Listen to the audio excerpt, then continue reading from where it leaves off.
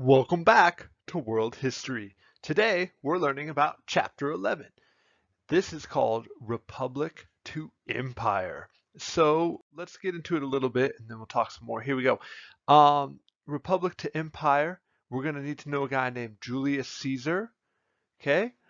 And he's going to have a friend Pompey and another one Crassus, and hopefully I pronounced that right. And then they're going to cross. Caesar's going to cross this river called the Rubicon, and we'll talk about that. The accomplishments of Rome, roads and aqueducts. Okay, and you'll even hear a saying, all roads lead to Rome. We'll talk about that. Crossing the Rubicon is also an important saying. And then there'll be a new religion called Christianity, and one of the founders of that is going to be Paul of Tarsus. So the main thing I want you to get out of these chapters, chapter 10 and chapter 11, is watch this. Why do we study Rome? Rome starts off as ruled by one. What's that called when you're ruled by one? Monarchy, okay? And then they become a republic, and then they fall and they become an empire. So Rome starts off as ruled by one, comes up here, becomes a republic, and then back down to where they started from. Guess what? America started off when we were colonies and ruled by England. We were ruled by a king. So we started off as a monarchy. Then we became a republic. You know, are we going to fall and become an empire or not? That's why we study Rome, because our government is modeled off of them and we don't want to repeat the mistakes of the past. How does Rome go from republic to empire? It's a strategic location. We'll talk about it. What were Roman achievements, roads and aqueducts? And then there's a new religion called Christianity. So if you print too much money and you debase or devalue the currency, what is that called? Inflation. All right, please remember that. Okay, inflation is a real term. It's historically significant. People say perhaps we are inflating the currency right now. Maybe that's true, maybe that's not. But what I want you to know is what inflation means. Good job if you remembered inflation. Good job if you didn't. You could just learn it right now. No worries. Okay, so we've got some mountains, and these mountains are right here. And what are those mountains called? I'm going to switch to gold. Gold's a little brighter. It's not bright enough. Let's try, how about green? I don't know. If you see them up there, what are they called? Alps. Okay, very good. And what are these mountains called? Excellent. You got it. Apennines. Hopefully I'm pronouncing that right as well. So make sure you know where your mountains are. Let's go over here. If I put this little city on the map right there, can you guys see that? Here, maybe I'll make it red, make it a little bigger. What city is that? The city of Rome. And what city is over here? What city is that? Constantinople. Later, Istanbul. Very good. What country is this giant boot? What country is that? Italy. Very good. And the island of? Sicily. You're awesome. How about this body of water right here? What's that called? The Adriatic Sea. Awesome. And the big seahorse is called Mediterranean. Okay, hopefully you guys got that. There's other things to help you with. Here we go. Italy, Sicily, Istanbul or Constantinople, depends on the time period that you're talking about. There's Rome with the little star. We are awesome. Don't forget our friends Aegean Sea in Greece. And there's our new friend, the Adriatic Sea, and our old friend, Mediterranean. Awesome. Okay, so Cicero is a philosopher and orator. He reminds me a little bit about some of the other philosophers we've learned about. Name a philosopher from Greece that we learned about. Maybe someone he had a cave. Okay, you could have said Socrates or Plato would work. How about China? Go all the way back to China. Give me a philosopher from China. Okay, Lao Tzu or Confucius. So every culture has a book called an epic. Most cultures have a book or a story called an epic, and most cultures have somebody that's sort of a great thinker that sets the stage and the foundation. So here are some of famous Cicero quotes. The more laws, the less justice. If you have a garden and a library, you have everything you need. Laws are silent in times of war. To be ignorant of what occurred before you were born, is to remain always a child. So those are some famous Cicero quotes. You can like whichever one you want. Think about it. What do you think it means that laws are silent in times of war? What does that mean? I'll let you think about that. So we'll read the primary source, letters from Cicero. And again, I don't expect you to know everything there was about Cicero, but I do want you to kind of remember some of these themes that we see in every country and every culture. We see in epic, obviously geography, and how that shapes human civilization. We see great thinkers. We see maybe religion, okay, something like that. Or we see big buildings. Okay, so Julius Caesar starts off as a general in the Roman army, and he's going to push into France and things like that, and he's expanding the empire. He makes friends with Pompey and Crassus, and they rule sort of as a trio for a long time. However, Pompey starts to want to make a play on power, and he wants Julius Caesar to give up command. It was illegal for a general to come back with an army back into Rome. That was sort of a sign of aggression if you crossed the Rubicon. So you will hear this term, he crossed the Rubicon. What does that mean? It means no turning back. Once you've crossed the Rubicon, you're committed to moving ahead. Okay, there's no turning back. Does that make sense? Please remember, this is like a saying. This is, maybe it's a point on the test, maybe not, but you'll hear this saying throughout your life. So Julius Caesar chases Pompey to Greece, makes himself dictator for life. Before, when Rome is a republic, how long could the dictator serve? Do you remember that? 6 months in times of war. So how are people going to react to this? Mixed, okay? Some people appreciate the monarchy because it can expedite things and get things done, but other people fear that this is the fall of Rome. Okay, so the senators are going to assassinate Caesar because he took too much power, and let's watch a quick video about that.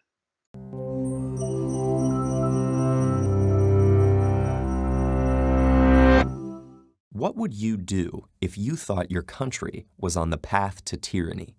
If you saw one man gaining too much power, would you try to stop him? Even if that man was one of your closest friends and allies? These were the questions haunting Roman senator Marcus Junius Brutus in 44 BCE, the year Julius Caesar would be assassinated. Opposing unchecked power wasn't just a political matter for Brutus. It was a personal one. He claimed descent from Lucius Junius Brutus, who had helped overthrow the tyrannical king known as Tarquin the Proud. Instead of seizing power himself, the elder Brutus led the people in a rousing oath to never again allow a king to rule. Rome became a republic based on the principle that no one man should hold too much power. Now, 4.5 centuries later, this principle was threatened. Julius Caesar's rise to the powerful position of consul had been dramatic. Years of military triumphs had made him the wealthiest man in Rome. And after defeating his rival Pompey the Great in a bitter civil war, his power was at its peak.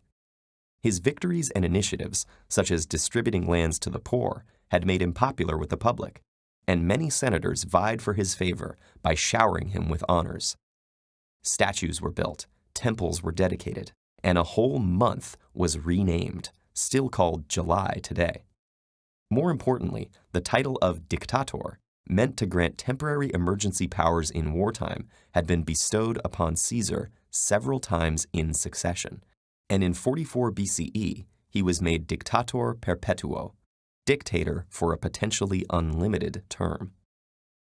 All of this was too much for the senators who feared a return to the monarchy their ancestors had fought to abolish, as well as those whose own power and ambition were impeded by Caesar's rule.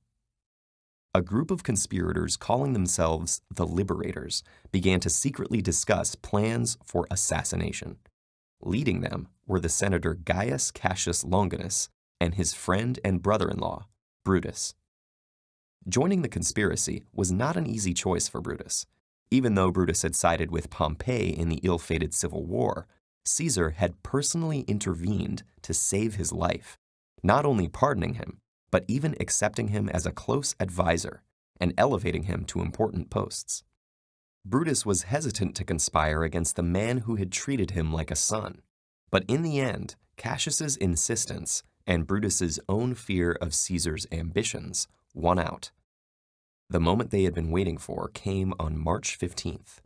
At a Senate meeting held shortly before Caesar was to depart on his next military campaign, as many as 60 conspirators surrounded him, unsheathing daggers from their togas and stabbing at him from all sides.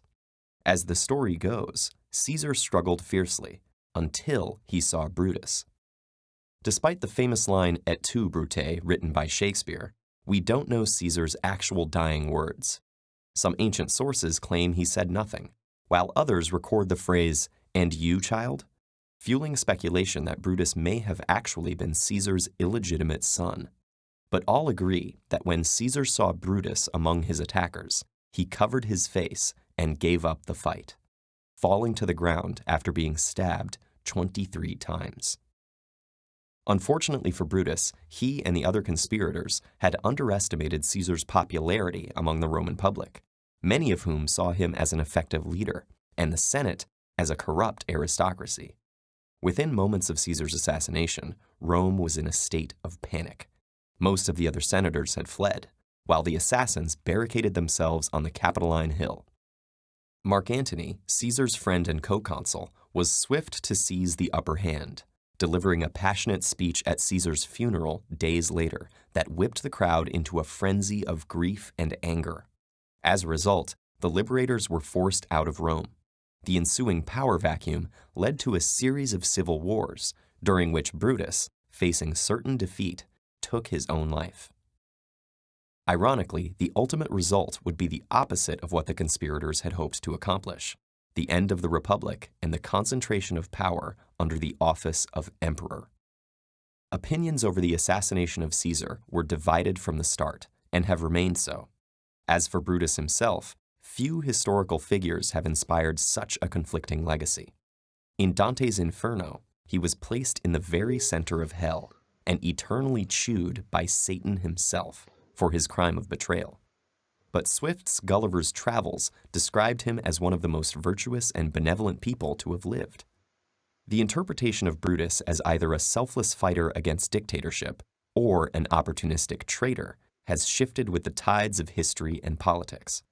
But even today, over 2,000 years later, questions about the price of liberty, the conflict between personal loyalties and universal ideals, and unintended consequences remain more relevant than ever.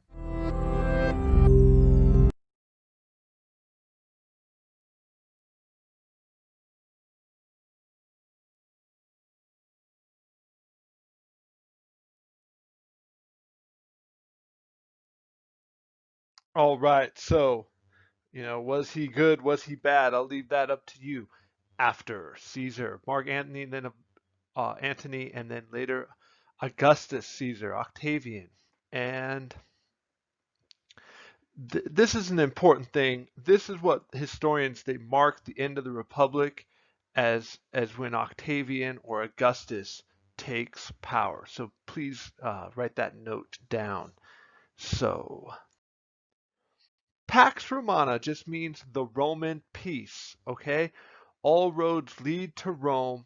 Rome is a major trade center. I wish I had a better Mediterranean map, but here's our Mediterranean right there, and then Rome is right there in the middle of it. And so they're in the center of trade. They're trading with the whole Mediterranean Sea and the rest of the world. You'll hear the phrase, all roads lead to Rome. They built these awesome roads. The Roman peace, Pax Romana, you'll sometimes call it, you'll hear today, Pax Americana, the American peace. And it's basically when you have a hegemon. Hegemon means the number one country or the most powerful nation, and they're able to protect the trade routes in such a way that trade flows freely from basically around the world. And when you have more trade, you have more wealth. So let's look at Rome's accomplishments. Aqueducts, arches, things like that.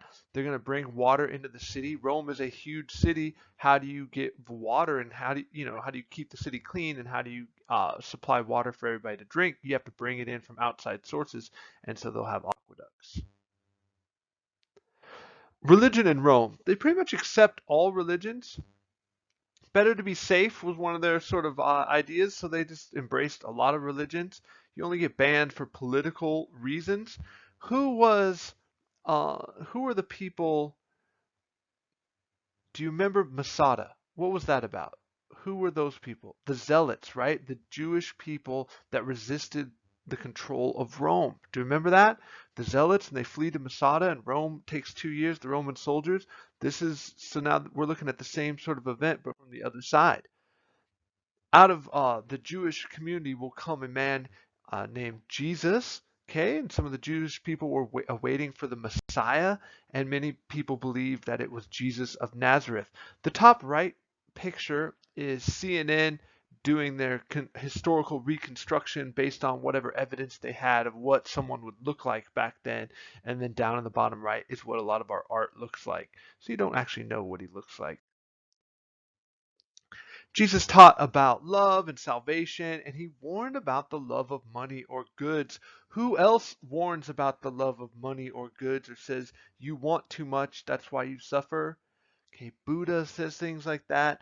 Um, Lao Tzu says things like that.